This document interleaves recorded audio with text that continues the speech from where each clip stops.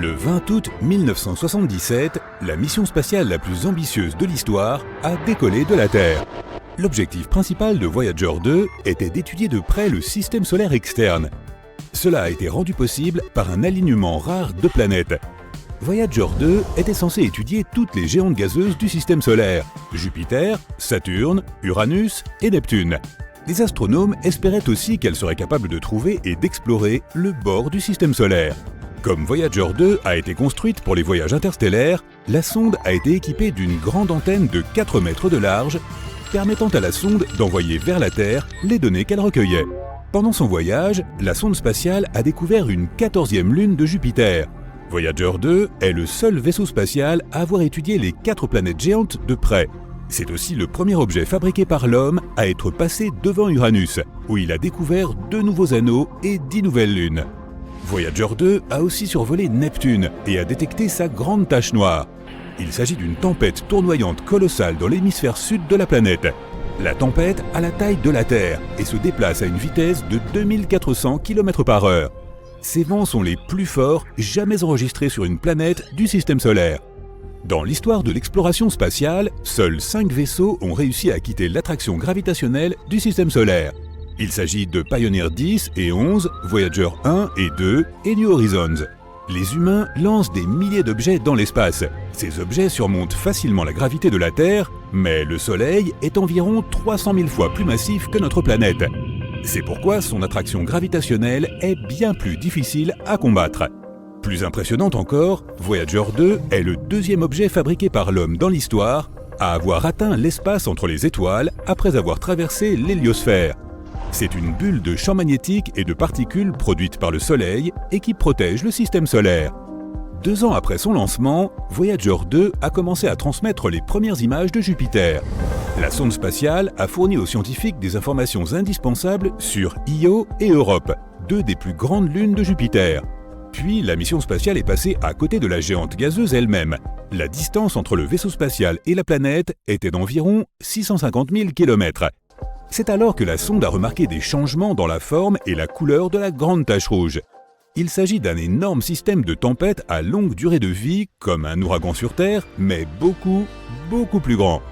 2 ans plus tard, Voyager 2 a atteint Saturne. Elle a découvert des rayons et des irrégularités dans certains des anneaux de la planète.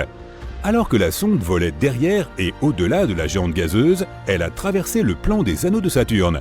À ce moment-là, la vitesse de Voyager était d'environ 13 km/s. Pendant plusieurs minutes, la sonde a été frappée par des milliers de grains de poussière de la taille d'1 micron. Cela n'a cessé de modifier la direction de la sonde et ses jets de contrôle ont dû se déclencher plusieurs fois pour stabiliser l'engin. Après avoir exploré Uranus et Neptune, Voyager 2 s'est ensuite dirigé hors du système solaire. Ces instruments ont été mis en mode faible puissance pour économiser de l'énergie. En août 2007, la sonde a passé le choc terminal. C'est la frontière qui marque la limite extérieure de l'influence du Soleil. Là, le vent solaire faiblit. À l'été 2013, la sonde a atteint l'espace interstellaire. Quand il s'agit d'envoyer et de recevoir des signaux dans l'espace, il y a 3 facteurs à garder à l'esprit. La distance, la puissance et le temps. Plus un vaisseau spatial est éloigné, plus un signal doit parcourir de distance avant de l'atteindre. Et plus il faut de temps à ce signal pour rattraper le vaisseau spatial. Et quand il y arrive enfin, il est extrêmement faible. Un autre problème est qu'une fois que le vaisseau spatial est lancé, il ne peut pas être rénové. Il est coincé avec la technologie dont il a été équipé à son décollage. De plus, les sondes spatiales comme Voyager 2 sont alimentées par du carburant radioactif. Lorsque le matériau spécial se désintègre par radioactivité, il dégage de la chaleur, laquelle est convertie en électricité. Malheureusement, plus le matériau se désintègre, moins le vaisseau spatial a de puissance pour recevoir et transmettre des signaux radio. Malgré ce problème, nous n'avons pas encore perdu la connexion avec Voyager 1 et 2. C'est parce que de nouvelles technologies plus puissantes apparaissent sur Terre. Les signaux que l'on envoie peuvent aller beaucoup plus loin qu'avant. C'est pourquoi il a été possible de rester en contact avec Voyager 2, qui est entré dans l'espace interstellaire en 2018 et qui s'est déjà éloigné de la Terre de près de 19 milliards de kilomètres. Mais en mars 2020, la pièce principale de l'équipement qui permettait aux scientifiques d'échanger des signaux avec le vaisseau spatial s'est éteinte. Après l'arrêt des communications avec la sonde, la NASA a passé environ 11 mois à mettre à niveau son Deep Space Network et à installer un nouveau matériel. Le DSN est un réseau international d'énormes antennes radio qui aide les astronomes sur Terre à communiquer avec les missions interplanétaires. Ces antennes sont situées en Californie, à Madrid et à Canberra. Celle utilisée pour garder le contact avec Voyager 2 est une antenne de 70 mètres de large à Canberra. C'est le seul équipement capable d'envoyer des directives qui peuvent atteindre la sonde. Cette antenne, connue sous le nom de DSS-43, a commencé à fonctionner en 1972, 5 ans avant les lancements de Voyager 1 et 2. À l'époque, elle ne mesurait que 64 mètres de diamètre. Depuis, l'antenne a subi de nombreuses réparations et améliorations. Mais ces 11 mois ont été les plus longs pendant lesquels l'antenne aura été hors ligne. En octobre 2020, l'antenne était enfin prête pour un essai après toutes les remises à niveau et autres réparations. Les opérateurs de la mission ont envoyé une série de commandes à Voyager 2. Et après plusieurs mois de silence radio, la sonde a renvoyé le signal. La sonde a confirmé qu'elle avait entendu l'appel. Ensuite, le vaisseau spatial a exécuté les commandes. Pendant que l'antenne était hors ligne, les opérateurs de la mission pouvaient effectivement recevoir des données scientifiques et des nouvelles de l'état de Voyager 2. Les astronomes ont continué à recevoir des données de l'espace interstellaire, la région située à l'extérieur de l'héliosphère du Soleil. Mais ils ne pouvaient pas envoyer de commandes à la sonde, car elle était trop éloignée de la Terre. L'antenne améliorée a été équipée de 2 nouveaux émetteurs radio, et cela a été fait juste à temps. L'un des émetteurs, qui était utilisé pour communiquer avec Voyager 2, n'avait pas été remplacé depuis presque 50 ans. L'antenne a aussi reçu de nouveaux équipements de refroidissement et de chauffage et d'autres éléments électroniques nécessaires pour supporter les émetteurs avancés. Une chose curieuse à propos du Deep Space Network est que ces antennes radio sont positionnées de manière très précise. Elles sont espacées de manière égale autour du globe. De cette façon, presque tous les vaisseaux spatiaux peuvent rester en contact avec au moins une installation à tout moment. Mais Voyager 2 est une exception. En 1989, elle a effectué un survol rapproché de Triton, la lune de Neptune. C'était la seule rencontre rapprochée que l'on ait eue avec la 8e planète du système solaire et sa lune. À propos, Triton est le plus grand objet connu qui serait né dans la ceinture de Kuiper. C'est un anneau en forme de beignet autour du Soleil, rempli d'objets glacés. Voyager 2 a découvert le système d'anneaux de Neptune et ses minuscules lunes intérieures. La sonde a aussi recueilli beaucoup d'informations étonnantes sur Triton. Par exemple, il est apparu clairement que la Lune était couverte de cryovolcans. Au lieu de cracher de la roche en fusion, ces volcans crachent de la glace composée d'eau, d'ammoniac et de méthane.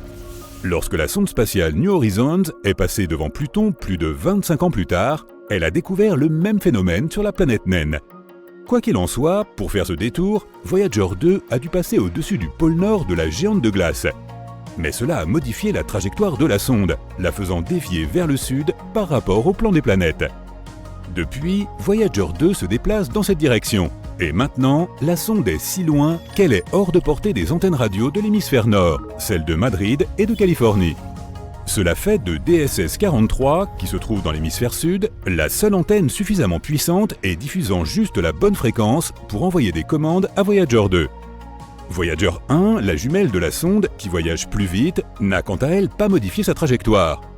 Après être passée devant Saturne, elle a pris un chemin différent. C'est pourquoi aujourd'hui, elle peut facilement communiquer avec les 2 installations de l'hémisphère nord. La mise à niveau dont a bénéficié le complexe de Canberra peut aussi profiter à d'autres missions spatiales, comme par exemple le rover martien Perseverance qui a atterri sur la planète rouge le 18 février 2021. L'antenne sera également cruciale pour l'exploration d'autres planètes et de la Lune.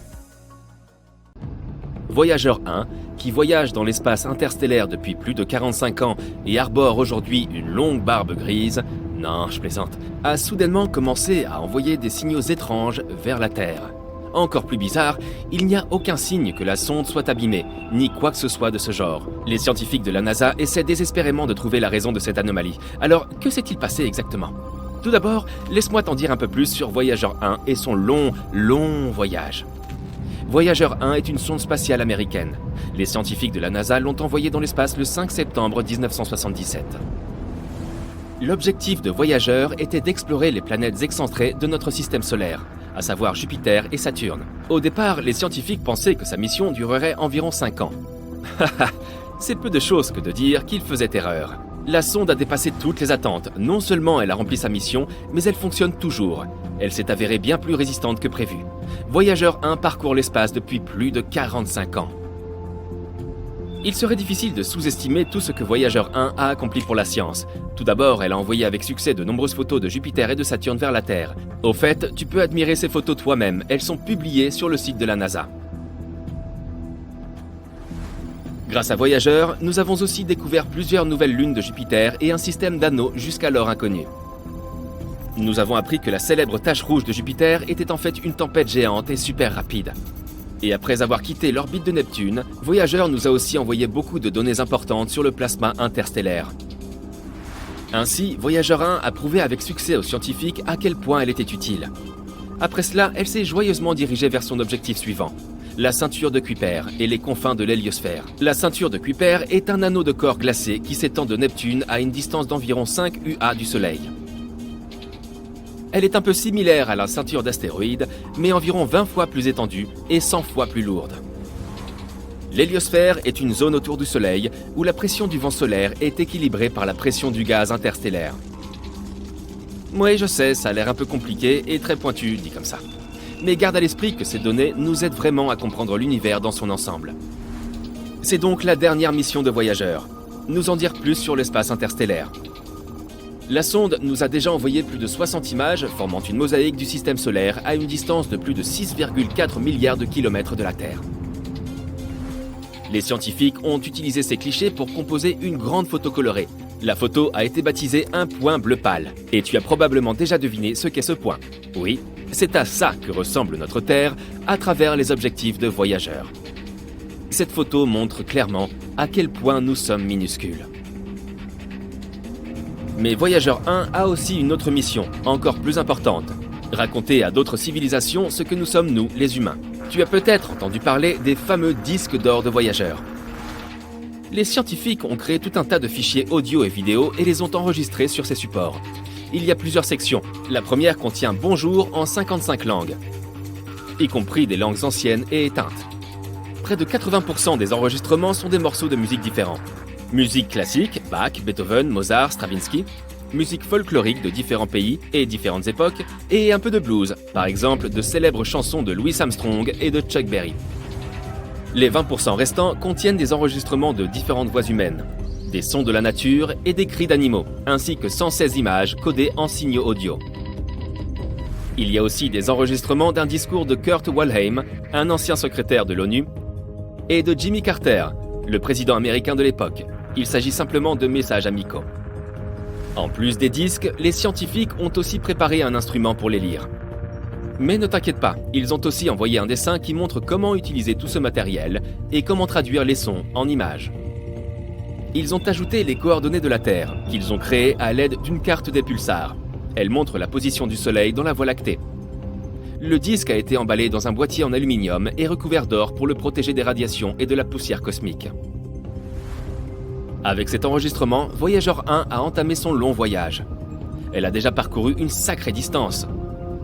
En ce moment, Voyageur 1 se trouve à 154 unités astronomiques de nous, ce qui représente environ 23,3 milliards de kilomètres. Cela en fait l'objet de fabrication humaine le plus éloigné de la Terre. Avant, c'était la mission Pioneer 10 qui détenait ce record, mais Voyageur l'a dépassé en 1998.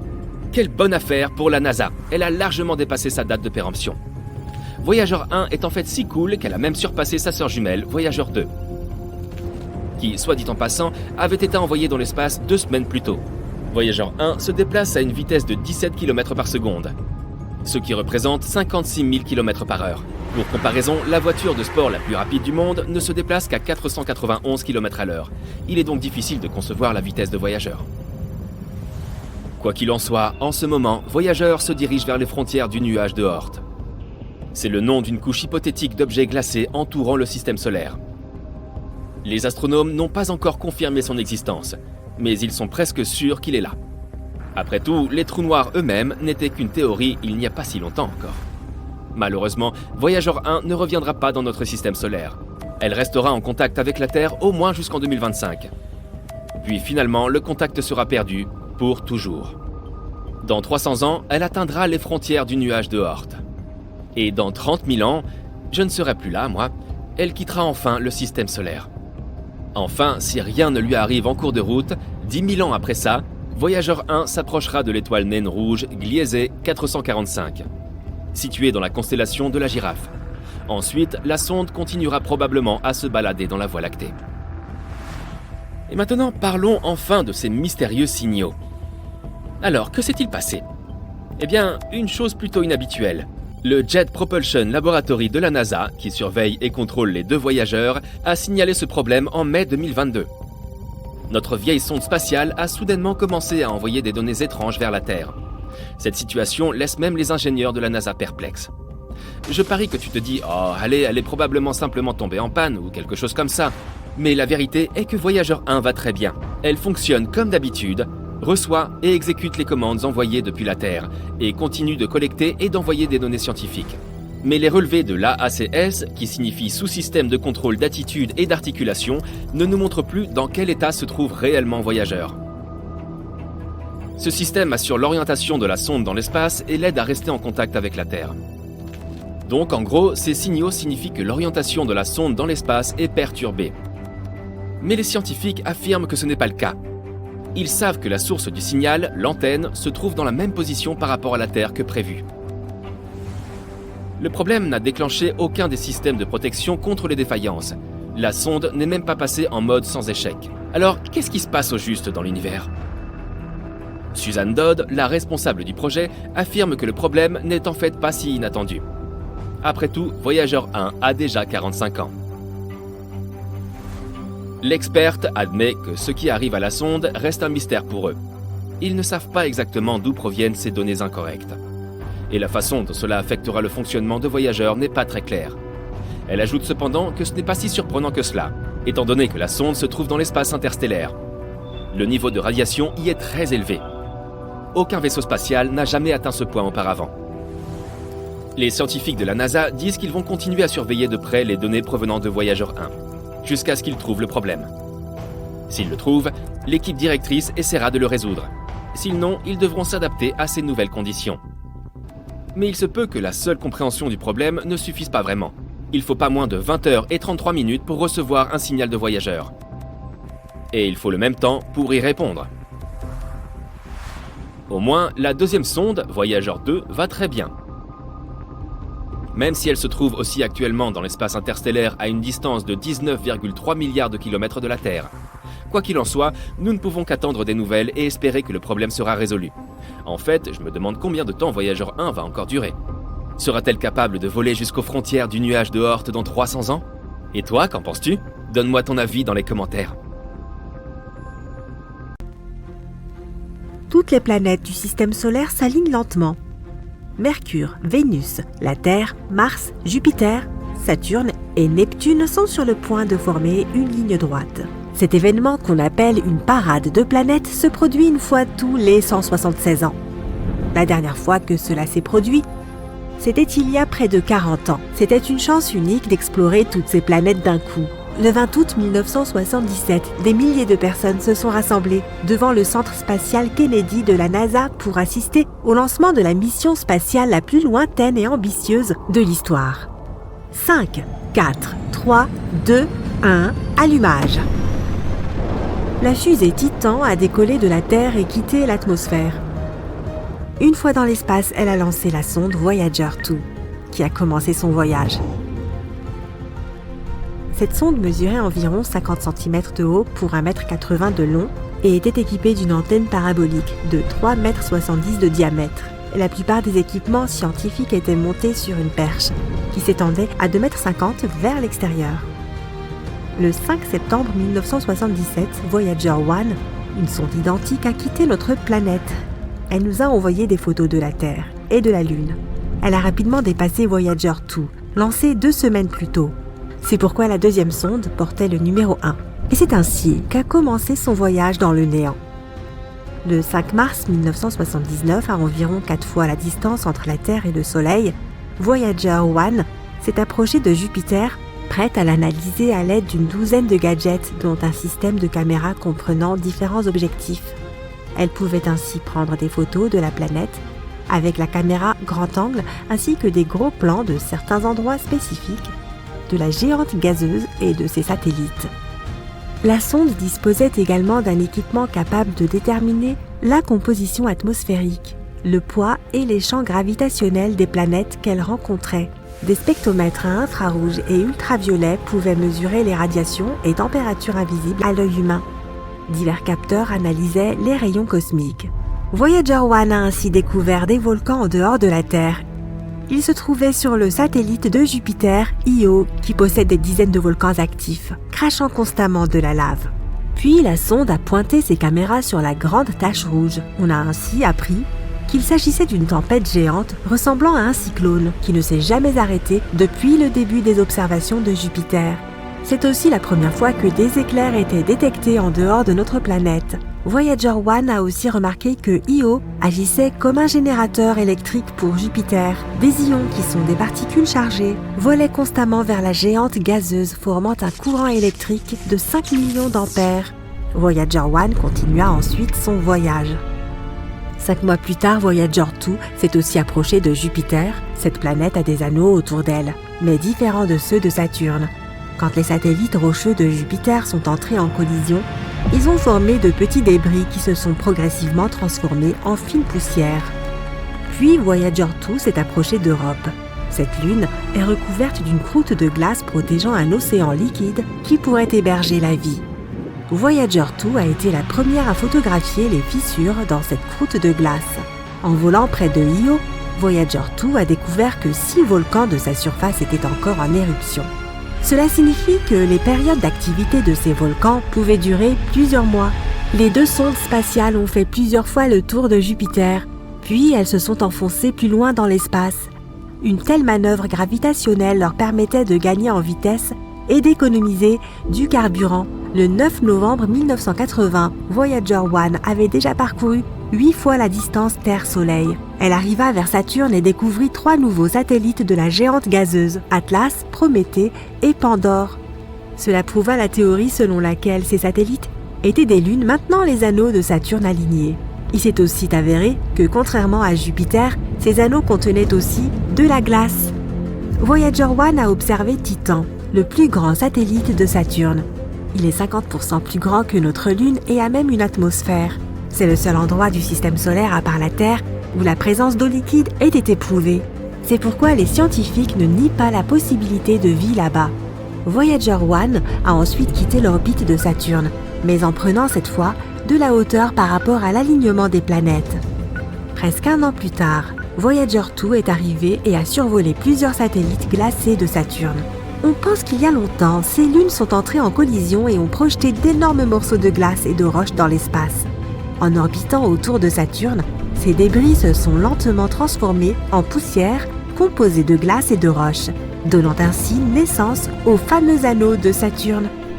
Voyager 2 est ensuite partie vers sa prochaine cible, située à 17 fois la distance Terre-Soleil, où elle arriva 5 ans plus tard. Pour la toute première fois, un objet fabriqué par l'homme s'approcha d'Uranus. Voyager 2 y a découvert 11 nouvelles lunes. Elle a aussi découvert qu'Uranus était la planète la plus froide du système solaire. Sa température est de moins 213 degrés Celsius. C'est 4 fois plus froid que la température du pôle Sud. À ce moment, la Deep Space Network était testée pour la première fois sur Terre. Il s'agit d'un réseau de radiotélescopes répartis sur toute la planète qui vise certains points du ciel pour établir une communication avec des objets extrêmement éloignés. Ces télescopes ont reçu avec succès les signaux de Voyager 1 et Voyager 2. Le 25 août 1989, Voyager 2 avait déjà parcouru 23 fois la distance Terre-Soleil pour arriver à Neptune. C'était la première fois que l'on recevait des images de cette planète bleue d'aussi près. La sonde y a découvert 6 nouvelles lunes et a également pris les premières photos des anneaux de Neptune. Les ingénieurs ont ensuite coupé les caméras de la sonde afin d'économiser de l'énergie pour son ordinateur principal et les instruments mesurant les vents solaires et interstellaires.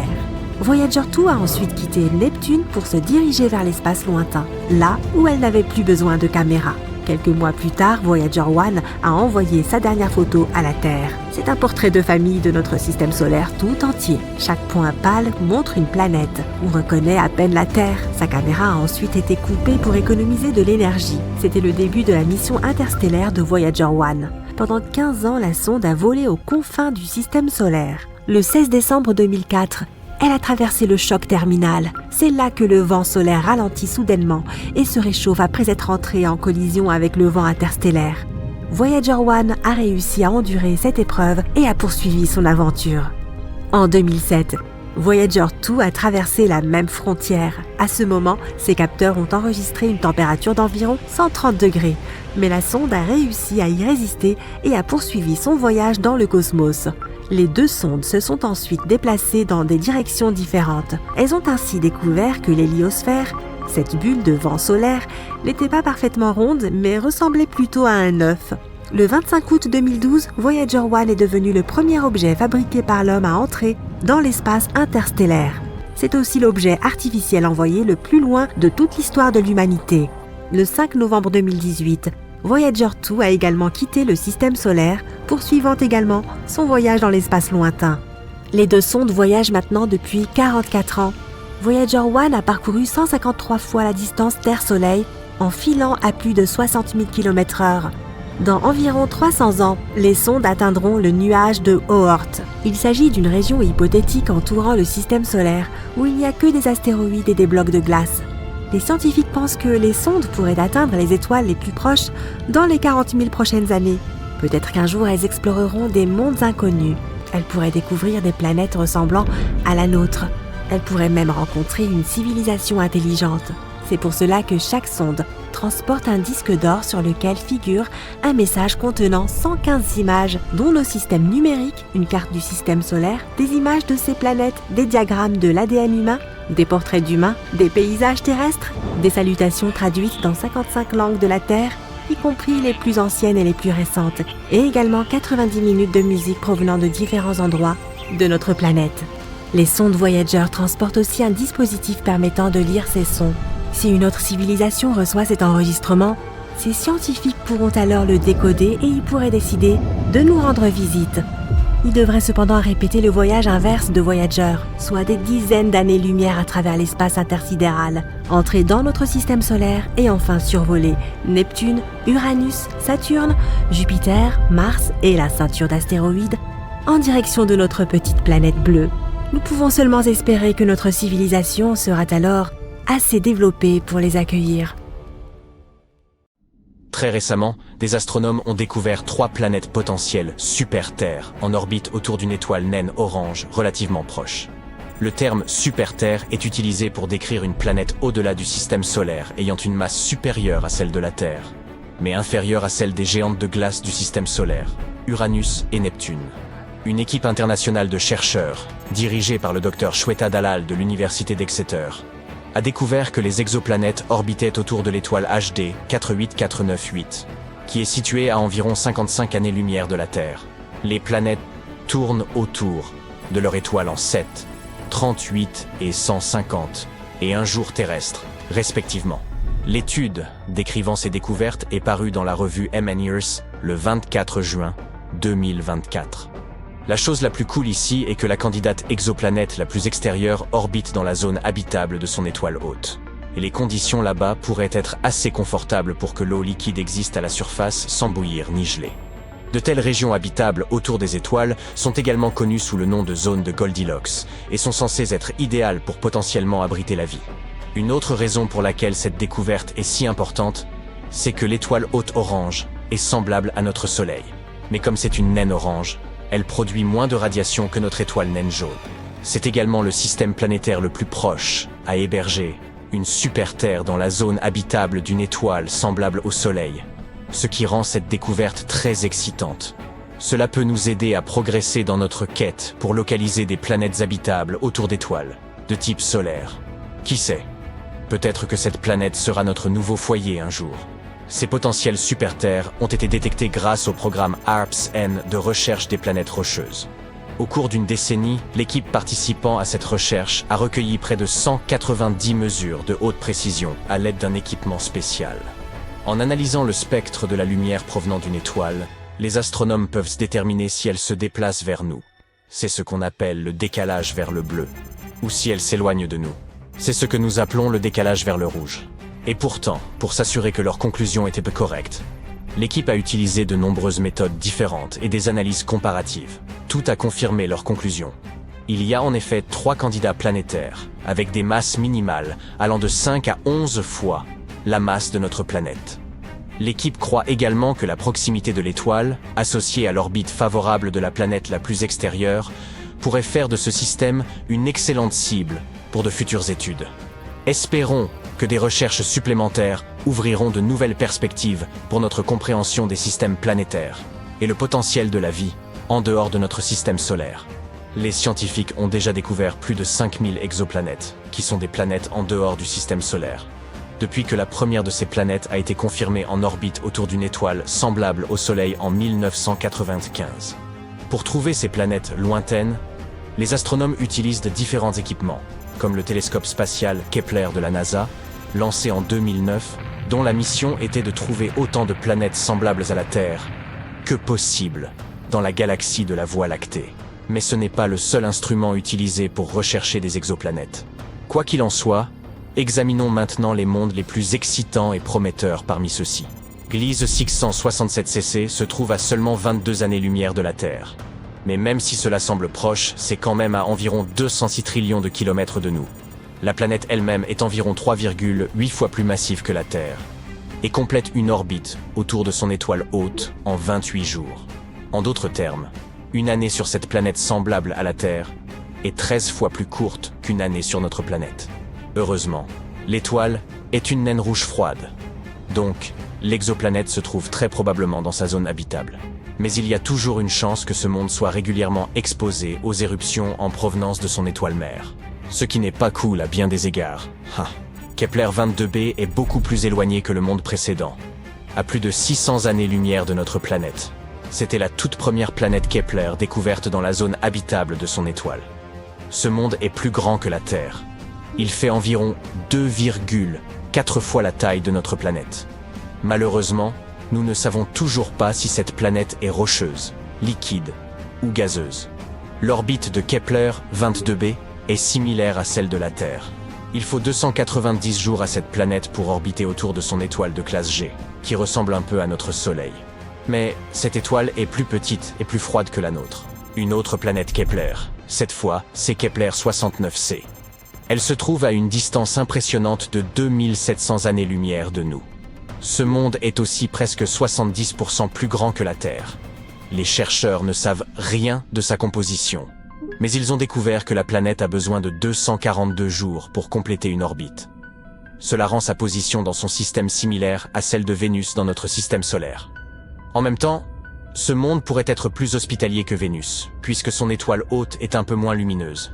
80% de notre Soleil. Toit 733b est un monde récemment découvert. Il a été trouvé en 2023.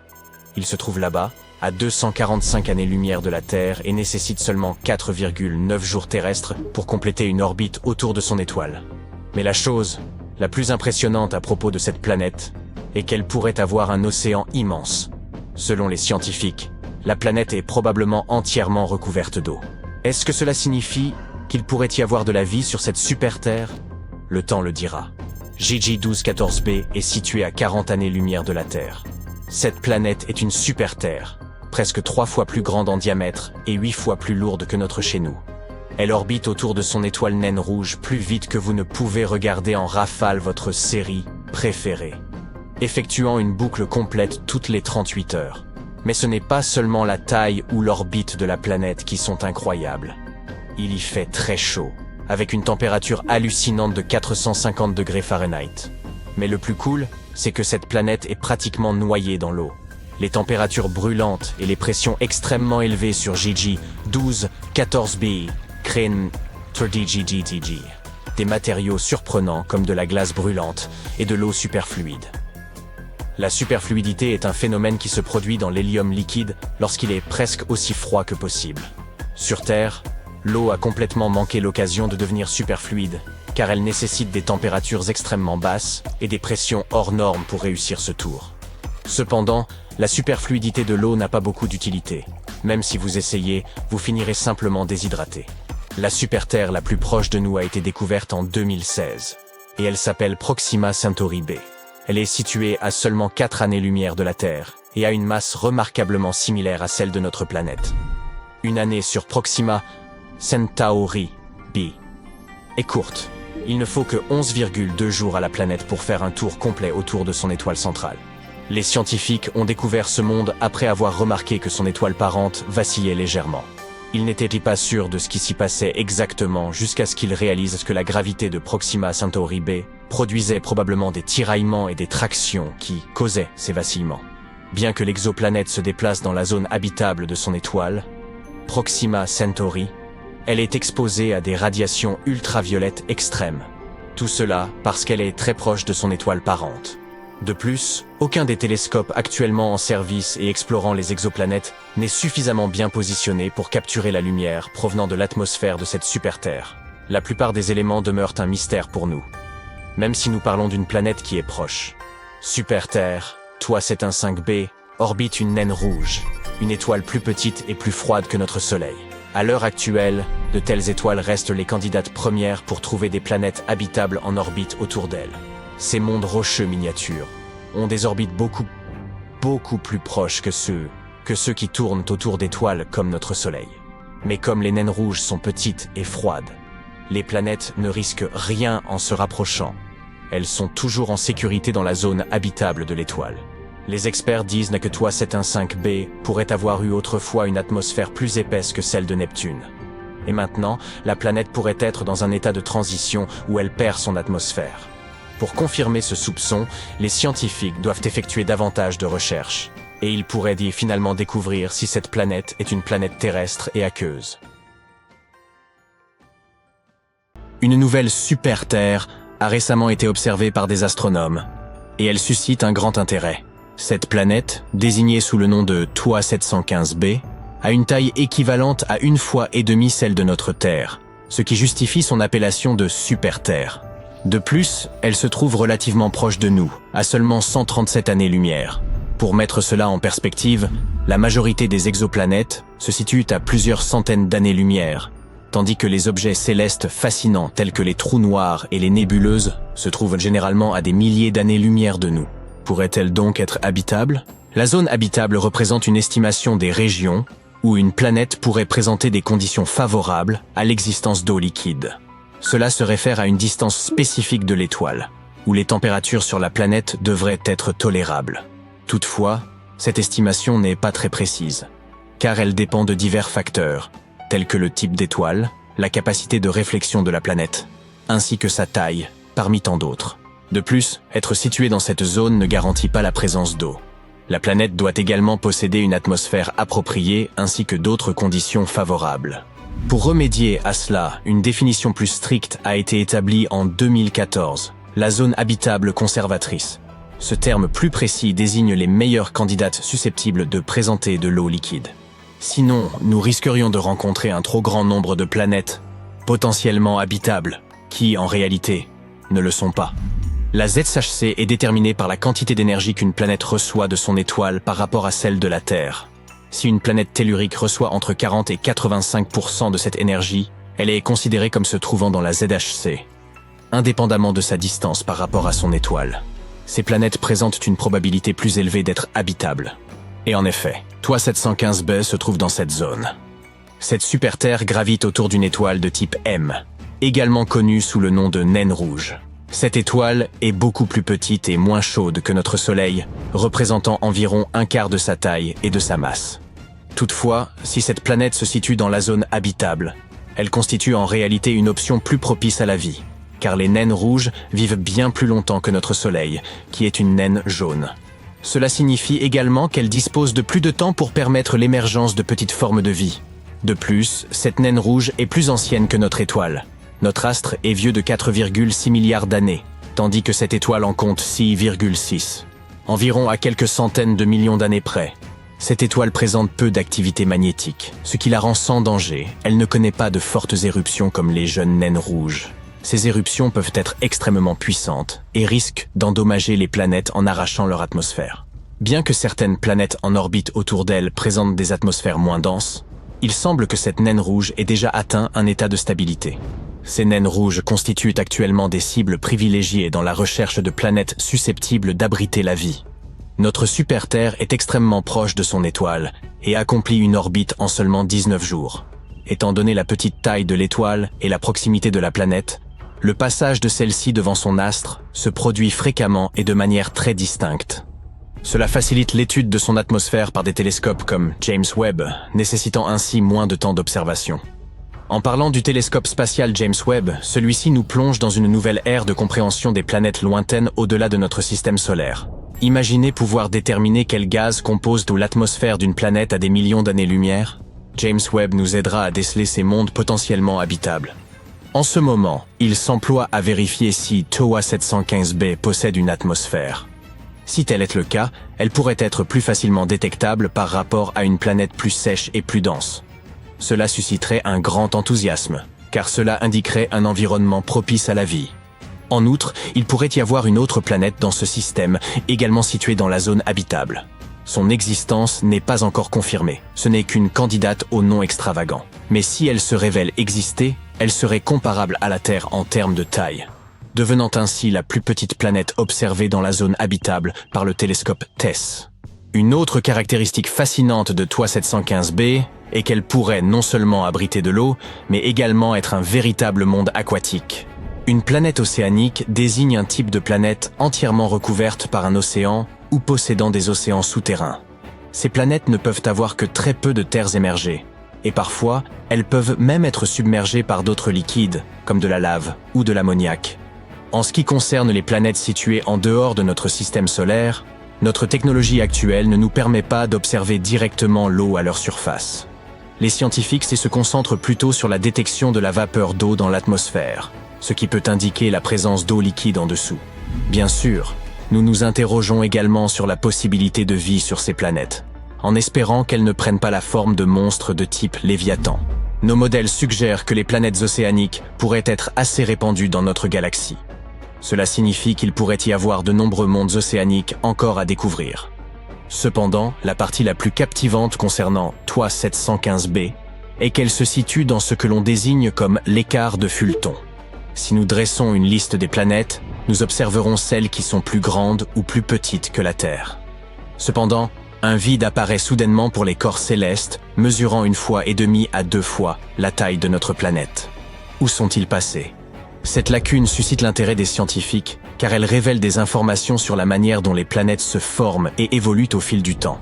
Il ne s'agit pas d'une absence de formation de planètes dans cette fourchette de taille. En réalité, elles commencent souvent plus grandes puis perdent une partie de leur masse, comme un ballon qui se dégonflerait lentement. Cela pourrait être dû à la manière dont elles orbitent autour de leurs étoiles, qui peuvent éliminer une partie de leur masse, à l'instar de notre Soleil qui interagit avec le gaz des comètes. Cet écart recèle de nombreux mystères, et des planètes comme notre nouvelle super-Terre pourraient me fournir de précieux indices pour nous aider à les percer. Nous ne savons pas encore si ce phénomène existe autour des naines rouges. Il est possible qu'il s'agisse d'une différence de densité chez ces planètes, plutôt que d'une question de taille. Ainsi, l'étude de cette planète nouvellement découverte devient d'autant plus intéressante. Elle nous permettra d'en apprendre davantage sur les étoiles lointaines et leurs planètes. On a mentionné TESS un peu plus tôt. Le satellite TESS de la NASA, ou Transiting Exoplanet Survey Satellite, a été lancé il y a 6 ans et a depuis connu un succès remarquable. La NASA a lancé TESS parce que nous avions déjà identifié plus de 5000 planètes en orbite autour d'autres étoiles, principalement grâce au télescope Kepler. Cependant, Kepler a surtout détecté de grandes planètes qui ne ressemblent pas forcément à la Terre. Nous avons donc décidé d'orienter TESS vers la recherche de planètes plus petites, de taille terrestre, autour d'étoiles brillantes et proches, ce qui facilitera leur étude au moyen de télescopes futurs. Voici comment cela fonctionne. La caméra observe les étoiles et scrute les variations de leur luminosité. Si celle-ci diminue subitement pendant un certain temps avant de revenir à la normale, cela peut indiquer qu'une planète passe devant l'étoile. Cependant, les étoiles peuvent aussi s'assombrir pour d'autres raisons, comme des éruptions ou des taches sombres à leur surface. C'est pourquoi il est essentiel de prendre ces données avec des pincettes. TESS nous fournit des informations sur la taille et l'orbite de ces planètes. Ensuite, les télescopes terrestres aident à déterminer leur masse. Grâce à ces 3 paramètres, nous pouvons comprendre la composition des planètes et savoir si elles sont telluriques comme la Terre ou gazeuses comme Jupiter. Et oui, mieux vaut éviter Jupiter après une soirée cassoulet. Un exemple des découvertes réalisées par TESS est le système TOI 700. C'est là qu'il a mis au jour sa première planète semblable à la Terre, TOI 700d. Cette exoplanète orbite également autour d'une naine rouge et se trouve encore plus près de nous, à environ 100 années-lumière. Malheureusement, il est peu probable qu'elle soit habitable en raison des températures extrêmes qui y règnent. Une autre grande découverte a eu lieu dans le système Ô-microscopie. TESS a détecté une planète environ 4 fois plus grande que la Terre, ainsi qu'une autre presque 3 fois plus grande. Ce système est devenu une zone clé pour étudier la formation et l'évolution des étoiles et des planètes au fil du temps. TESS a également observé une variété d'autres découvertes passionnantes, comme des supernovas et des mondes brûlants. À l'aube de sa 6e année, nous pouvons donc nous attendre à encore plus de découvertes fascinantes. Si l'un des nombreux scénarios apocalyptiques possibles se réalise et que l'humanité est éradiquée, une boîte noire racontera à ceux qui viendront après ce qui nous a conduit à notre fin. Cette chambre forte de 10 mètres de long située dans une région reculée de l'ouest de la Tasmanie est censée documenter toutes les erreurs que l'humanité a commises et qui ont provoqué l'apocalypse. Les artistes, architectes et chercheurs à l'origine de la boîte noire de la Terre pensent que cette installation faite d'acier renforcé résistera au feu, à l'eau et à toutes autres catastrophes naturelles. À moins bien sûr que la planète ne soit entièrement détruite. Tout comme les boîtes noires que l'on trouve dans les avions. Cette capsule temporelle est censée aider la civilisation qui suivra la nôtre à éviter le tragique destin de notre humanité. Le projet est entièrement non commercial et porte un message important. La boîte sera remplie de disques de stockage et sera connectée à l'Internet.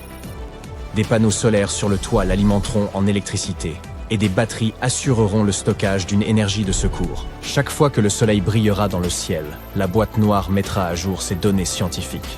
Un algorithme triera ces données afin de ne sauvegarder que les informations pertinentes pour le projet. On mesurera les températures terrestres et marines, l'acidification des océans, l'extinction des espèces, l'utilisation des terres ainsi que la démographie humaine et la consommation d'énergie. Parmi les données secondaires, on trouvera des titres de journaux, des posts de réseaux sociaux et des actualités sur les principaux événements concernant l'environnement. Les créateurs de la boîte ont décidé d'y coder et d'y stocker leurs données dans différents formats, y compris le code binaire. Les instructions sur la manière de récupérer toutes ces précieuses informations seront gravées sur l'extérieur de la boîte.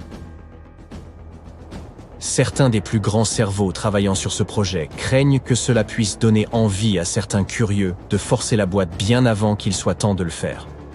Le disque dur alimenté à l'énergie solaire aura suffisamment d'espace pour collecter des données pendant 50 ans. Les modèles scientifiques les plus pessimistes ne prédisent pas la fin du monde avant cette date. Ce grand malheur n'arrivera peut-être même que dans des siècles. L'idée d'une boîte qui enregistre tout ce qui se passe avant un accident d'aviation est née au milieu du XXe siècle. À cette époque, le premier avion à réaction du monde, le de Havilland's Comet, s'est écrasé 7 fois en 2 ans, faisant 110 victimes.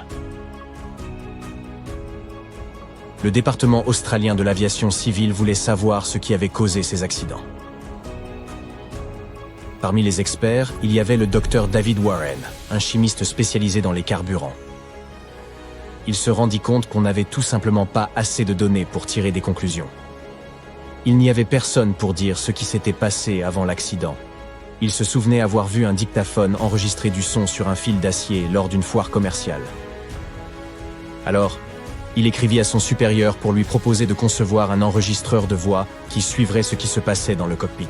Les données de vol seraient également enregistrées et stockées dans une boîte incassable. L'aviation n'était pas très importante en Australie à cette époque, alors l'idée n'intéressa pas le supérieur en question. Mais Warren commença quand même à travailler sur un prototype dans son garage. Il montra son dispositif au secrétaire de la British Air Registration Board, de passage en Australie, et celui-ci adora l'idée. Bientôt, le Dr Warren put constituer toute une équipe pour l'aider à développer un prototype de pré-production. Son invention ne porte en réalité pas le nom de boîte noire, mais d'enregistreur de vol. Et elle est orange, pas noire. Nous disons probablement qu'elle est noire parce qu'elle prend cette couleur après un accident. Ou peut-être parce que les premières boîtes étaient peintes comme ça afin d'éviter la réflexion solaire. Ou parce que c'est le nom que les scientifiques donnent aux appareils avec entrée et sortie de données et un fonctionnement interne complexe. Donc, l'enregistreur de vol se compose de deux parties, un enregistreur de données et un enregistreur vocal. Historiquement, il s'agissait de deux boîtes, mais maintenant il s'agit de deux cylindres. L'enregistreur de données conserve les paramètres de vol. Les gaz d'échappement, la température, le débit de carburant, la vitesse, l'altitude et le taux de descente. Le deuxième cylindre enregistre les sons dans le cockpit pour qu'on puisse analyser les communications avec le contrôle aérien en cas d'accident. L'appareil n'enregistre que pendant 2 heures, puis efface ces données. Parfois, les deux parties sont combinées, et ça ressemble alors à une boîte. La boîte enregistre les données et les voix dans le cockpit, mais elle est en réalité placée à l'arrière de l'avion, où la structure de l'appareil les protégera en cas d'accident.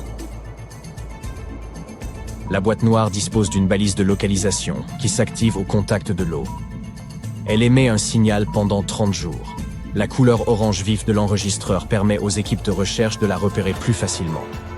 Parfois, il faut beaucoup de temps pour retrouver une boîte, et dans certains cas, on ne la retrouve jamais. Bien avant l'invention du premier avion, il existait une boîte noire dont la portée était universelle, l'ancienne bibliothèque d'Alexandrie. Dans l'Antiquité, les gens en Égypte, en Mésopotamie et en Grèce étaient des familiers des bibliothèques et des archives. Mais ces premières institutions avaient surtout pour but de préserver les traditions et le patrimoine. Le concept même de bibliothèque universelle n'est devenu une réalité que lorsque les Grecs ont commencé à penser en grand. Ils étaient tellement impressionnés par ce que faisaient leurs voisins en Égypte qu'ils organisèrent des expéditions pour acquérir des connaissances. Alexandre le Grand, roi de Macédoine, voyant cette nouvelle soif de connaissances, exigea de ses compagnons, généraux et érudits, qu'ils lui rapportent tout ce qu'ils pouvaient apprendre sur les régions qui n'avaient pas encore été explorées. Cela permit de recueillir beaucoup d'informations sur la géographie et contribua à la création d'une immense bibliothèque. La plupart des informations étaient écrites en grec. On y trouvait par exemple dans le corpus de littérature les écrits d'Aristote. Selon certaines sources, au cours de cette chasse aux livres, les fondateurs de la bibliothèque arrêtaient tous les navires qui entraient dans le port d'Alexandrie. S'ils trouvaient des livres, ils les emmenaient à la bibliothèque. S'ils décidaient qu'un ouvrage était précieux, ils en faisaient une copie qu'ils donnaient à son propriétaire avec une compensation. L'original restant à la bibliothèque. Une autre histoire nous dit que Ptolémée III, petit-fils du fondateur de la bibliothèque, offrit au gouverneur d'Athènes une énorme compensation contre le droit de copier les textes des plus grands poètes. Il garda les originaux et leur renvoya des copies. C'est l'Empire romain qui, ayant accédé à la domination, brûla toutes ses connaissances, sans penser que cela les conduirait à leur propre perte. Il n'existait alors aucun moyen de diffuser les informations. Une seule source détenait donc la majeure partie des connaissances que l'humanité avait accumulées. Les grands esprits ne se contentaient pas de la remplir. Ils créaient également d'importantes correspondances entre les ouvrages, tirant le meilleur parti de la bibliothèque. Si la bibliothèque d'Alexandrie n'avait pas brûlé, nous aurions aujourd'hui des connaissances inestimables sur les personnes qui vivaient à cette époque. Certains scientifiques pensent que ce savoir aurait pu sauver les Vikings qui se sont installés au Groenland il y a plusieurs siècles. Cela aurait peut-être aussi aidé la population de l'île de Pâques à identifier et à résoudre les problèmes causés par l'activité volcanique, la latitude et les précipitations, et à restaurer la fertilité du sol. On dit qu'une personne vivant à notre époque est exposée en une journée à autant de données qu'une personne du XVe siècle au cours de toute sa vie. Et il existe une théorie selon laquelle tous les papyrus de la bibliothèque d'Alexandrie pourraient tenir sur une simple clé USB de poche. Tellement de données sont générées chaque jour que ça pourrait bien en devenir nocif. On parle alors d'une surcharge d'informations. Nous nous dirigeons vers une civilisation mondiale, donc si toutes ces connaissances disparaissaient, nous perdrions non pas un empire, mais le monde entier. Il semble que les scientifiques aient découvert un objet étrange dans l'espace, et ils ne savent pas exactement s'il s'agit d'une étoile ou d'une planète. Ce que nous savons, c'est qu'il est situé à 1400 années-lumière de nous, ce qui nous amène à nous interroger sur ce que nous pensions savoir de l'univers. Permettez-moi d'expliquer le dilemme. Nous pouvons déterminer si un objet est une étoile ou une planète en fonction de sa masse ou de la quantité de matière qu'il contient. Les étoiles ont une masse importante, ce qui leur confère une forte gravité qui les comprime fortement. Cette compression crée des températures élevées à l'intérieur, et par conséquent, elles brillent de mille feux. Les planètes ont une masse moins importante et leur gravité est donc plus faible. Elles ne subissent pas la même compression et n'ont donc pas les températures élevées des étoiles. Si les planètes brillent, c'est parce qu'elles reflètent la lumière de leur étoile, comme notre belle Terre le fait avec notre Soleil. Eh bien, cette étrangeté se situe entre les deux. Nous considérons qu'il s'agit d'une naine brune, soit un type particulier de proto-étoile gazeuse de grande taille. Les naines brunes ressemblent généralement à Jupiter en termes d'atmosphère, mais elles sont beaucoup plus grandes, avec un diamètre de 13 à 80 fois supérieur. Si une naine brune possède une masse plus de 80 fois supérieure à celle de Jupiter, alors elle peut commencer à brûler de l'hydrogène, comme le fait toute étoile. C'est comme ça que brillent les astres du ciel. Mais normalement, les naines brunes ne sont pas aussi chaudes que les étoiles. Leur incapacité à brûler de l'hydrogène leur a même valu le surnom d'étoiles ratées. Elles brûlent à environ 2200 degrés Celsius, ce qui est plus froid que la plupart des étoiles. Mais cet objet défie la norme. Sa température atteint la barre incroyable des 7700 degrés Celsius. Mettons cela en perspective. Le jour le plus chaud de l'histoire a été enregistré dans la vallée de la mort, en Californie, il y a plus de 100 ans, avec une température de 57 degrés Celsius. Les gens de l'époque ont dû avoir l'impression de fondre avec tout ce qui les entourait. Imaginez maintenant que vous vous rapprochiez du Soleil, comme si vous voyagiez vers Vénus. Vénus peut atteindre la température insensée de 460 degrés Celsius. Mais il n'y a pas que la distance qui compte. Mercure est la planète la plus proche du Soleil. Mais elle est plus froide que Vénus. Si Vénus est si chaude, c'est à cause de l'effet de serre.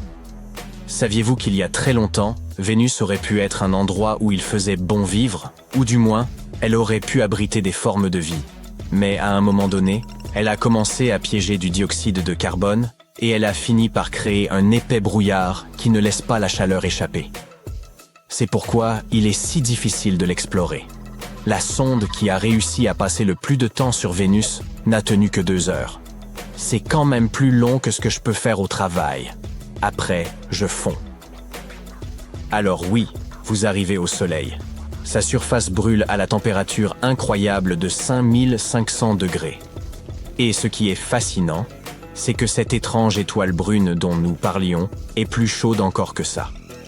Certes, elle n'est pas plus chaude que le cœur du Soleil, dont la température peut atteindre 15 millions de degrés Celsius, mais il est tout de même très impressionnant et inhabituel qu'une naine brune soit aussi chaude. C'est du moins ce que tout le monde pensait, jusqu'à ce que l'on se rende compte de la raison de ce phénomène. La naine brune est remarquablement proche d'une autre étoile, qui, elle, entre dans la catégorie des naines blanches. Elles sont si proches l'une de l'autre que notre mystérieuse brunette effectue une orbite autour de sa blanche amie en seulement 2 ou 3 heures. Comme nous serions vieux là-bas. Comme elles sont très proches, elles sont en état de verrouillage gravitationnel, comme la Lune et la Terre. Cela signifie que cette naine brune présente toujours une seule de ses faces à sa naine blanche. L'autre face est toujours dans l'obscurité. Pour cette raison, notre naine brune n'est surchauffée que d'un seul côté. C'est donc cette face éclairée qui nous a déroutés, alors que la température de sa face nocturne correspond à ce que l'on attend d'une naine brune. Mais ces conditions extrêmes ne dureront pas longtemps. Une température aussi élevée fait que les molécules de son atmosphère se désagrègent en atomes individuels, et au fur et à mesure que ces molécules se fragmentent, notre naine brune disparaît lentement. Si vous pensez que cette naine brune est chaude, que direz-vous alors d'Eta Carinae ? Il s'agit d'une étoile située à environ 7500 années-lumière de la Terre, dans la constellation de la Carène. Elle appartient à une catégorie d'étoiles que l'on appelle les variables lumineuses bleues. Un astronome l'a remarqué pour la première fois au XVIIe siècle, mais à l'époque, ce n'était qu'une étoile ordinaire de luminosité moyenne. Près de 200 ans plus tard, un autre astronome est tombé dessus. Mais cette fois, il s'agissait d'une étoile très brillante, l'une des plus brillantes du ciel. Quelques années après ça, elle a atteint son plus haut niveau de luminosité lors d'un événement majeur appelé la Grande Éruption. À ce moment, l'étoile était facilement visible dans notre ciel nocturne. Elle libérait une surprenante quantité de lumière, aussi importante que celle émise lors de l'explosion d'une supernova. Et elle est restée ainsi pendant quelques années, ce qui n'est pas le cas des étoiles qui explosent. Lorsque la fête a atteint son apogée, elle a décidé qu'il était temps de tirer sa révérence. Mais elle hésite encore un peu, ce qui signifie qu'elle est toujours en vie, mais qu'elle est moins lumineuse qu'avant. Il existe également une nébuleuse autour d'Eta Carinae. Il s'agit d'une coquille de gaz et de poussière qui s'est formée lors de la Grande Éruption. Elle a même bloqué une partie de la lumière de l'étoile. Eta Carinae est un système stellaire binaire. Autrement dit, deux étoiles orbitent l'une autour de l'autre. L'une d'entre elles a une température d'environ 14 700 degrés, l'autre de 34 650. L'étoile principale du système Eta Carinae, la plus massive des deux, est 100 fois plus lourde que notre Soleil. En raison de sa masse énorme, les scientifiques prédisent que cette étoile pourrait exploser lors d'un événement puissant connu sous le nom de supernova, mais pas avant plusieurs milliers d'années. Vous avez peut-être déjà deviné quel est ce phénomène le plus chaud de l'univers. Et oui, une supernova. C'est grâce à elle que l'on sait que la vie d'une étoile est terminée. Il s'agit des explosions les plus puissantes de l'espace. Elles se produisent lorsqu'une étoile entre 8 et 40 fois plus massive que notre Soleil s'effondre. Son cœur ne peut plus produire suffisamment d'énergie par le biais d'un processus appelé fusion, de sorte que l'étoile ne peut même plus supporter sa propre gravité. C'est donc une sorte d'épuisement stellaire. L'étoile ne peut plus faire face à une charge de travail si importante et son noyau lâche prise. Lors d'une supernova, les températures au cœur de l'étoile peuvent être 6000 fois plus élevées qu'au centre du Soleil. Il arrive aussi qu'un type particulier d'étoile, appelé naine blanche, redémarre soudainement sa fusion nucléaire et, boum, vous obtenez à nouveau une supernova. La supernova de Kepler s'est produite au début du XVIIe siècle et a été la dernière vraiment importante à être directement observée depuis la Terre. En moyenne, les supernovas dans notre galaxie se produisent 3 fois par siècle. Une supernova de moindre importance s'est produite en 1987, lorsqu'une supergéante bleue du nom de SN 1987A a explosé dans l'une des galaxies satellites de notre Voie lactée, le Grand Nuage de Magellan. Cette explosion a été si puissante qu'on a pu l'observer à l'œil nu, bien qu'elle se soit produite à une distance incroyable, à 168 000 années-lumière de notre planète. Quel sujet pour les beaux jours, n'est-ce pas ? Nous pouvons également parler de la chose la plus chaude jamais créée, fabriquée dans un endroit surprenant, la Suisse. Non, il ne s'agit pas d'un super chocolat chaud. Un groupe de scientifiques a créé une soupe subatomique appelée plasma de quarks et de gluons. Lors de cette expérience, la température est devenue 250 000 fois plus élevée que celle du cœur du Soleil. Le but était de recréer les conditions qui existaient peu après le Big Bang, lorsque l'univers était encore dans un état de chaos. Bien, allons encore plus loin. En théorie, les choses peuvent devenir encore plus chaudes. Avez-vous entendu parler de la température de Planck ? Il s'agit d'une température extrêmement élevée, avec des chiffres que nous ne pouvons même pas imaginer. Une supernova n'est un thé tiède comparé à cette folie. Et qui sait ce que fait la matière à ces températures ? Voilà, c'est tout pour aujourd'hui. Vous êtes de retour dans votre confortable univers. Salut!